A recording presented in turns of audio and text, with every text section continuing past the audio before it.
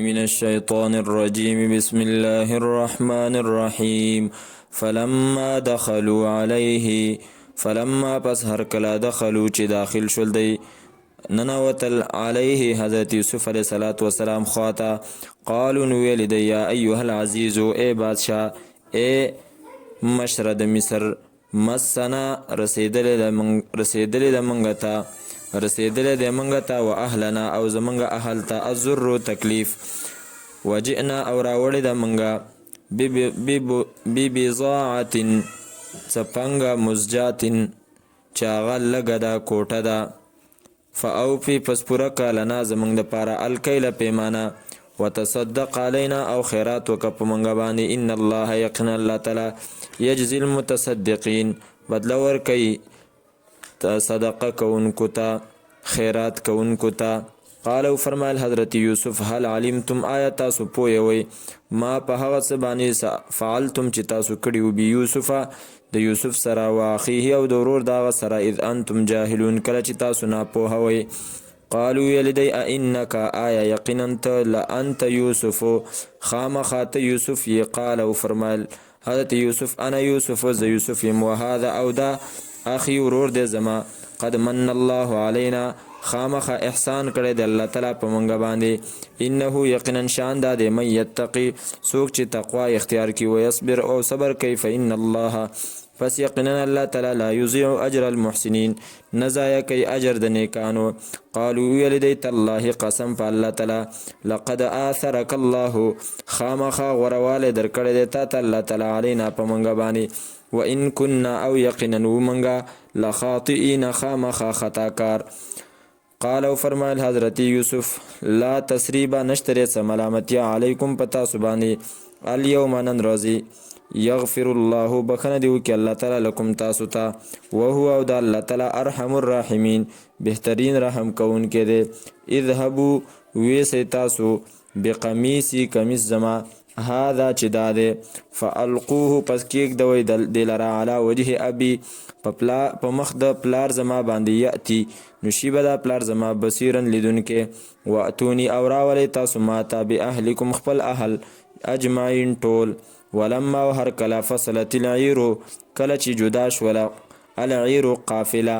قالو فرمایل ابوهم پلار د دی حضرت یعقوب انی یقینا ز لاجد خامخا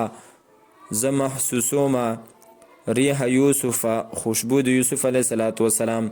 لولا ان تفندون کچری تاسو ماته نسبت د بوقفتوب نه کوي کچرتا لولا ان تفندون کچرتا تاسو ما بوقفا نه غنی قالو یلدی تالله قسم په الله تعالی انک یقینا انت لفی ذلک القدیم خامخا په خپل محبت زوړ کې فلما پس هر کلا انجاءه چراله د انجا البشیرو چراله زیر راوډون کې القاه نو کې خودو دا کمیس علی وجهه په مخ د یعقوب علیه السلام باندې فرتد نو ګرځي دواغه بصیرن لیدون کې قالو فرمایل حضرت یعقوب علم اقول لكم آیا ما نو ویلی تاسو ته انی چې یقینا ز عالم ډیر خپویم من الله د طرف د الله تعالی نه ما پاغه سبانی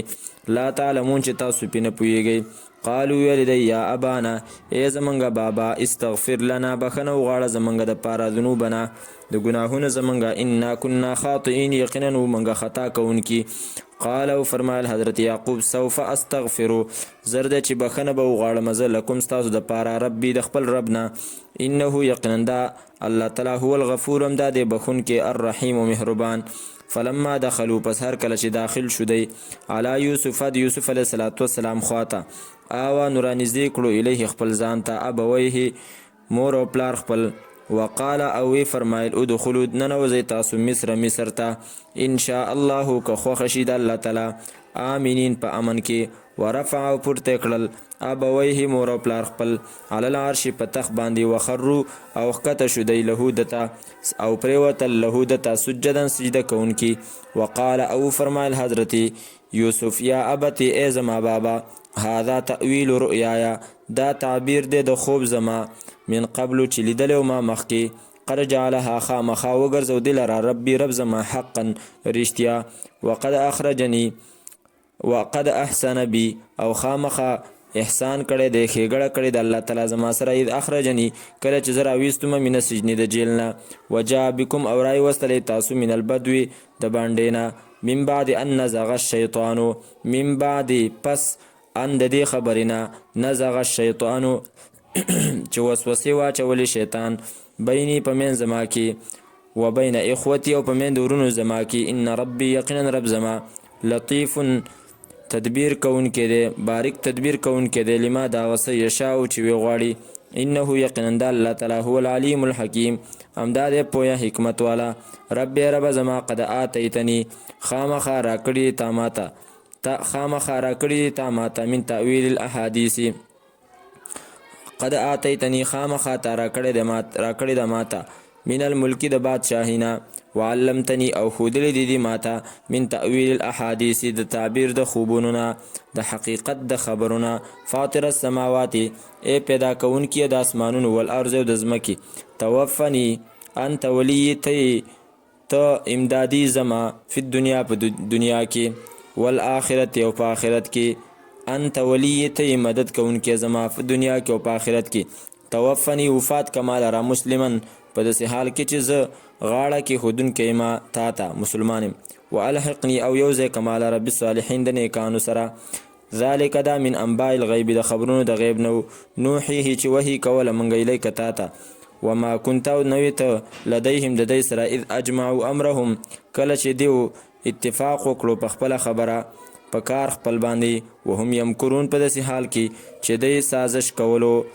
وما اکثر الناس او ندی زیاد د خلکونه ولو حرست اگر که ته ډیر حرس وکي بمؤمنین ایمان راوړونکي. وما یؤمنو وما تسألهم او ته نه غواړي د دینا من اجر علیه په دې تبلیغ باندې من اجر څه مزدوري. ان هو ندی دا قرآن کریم الا ذکر مگر نصیحت دی للعالمین د پاره د مخلوقاتو.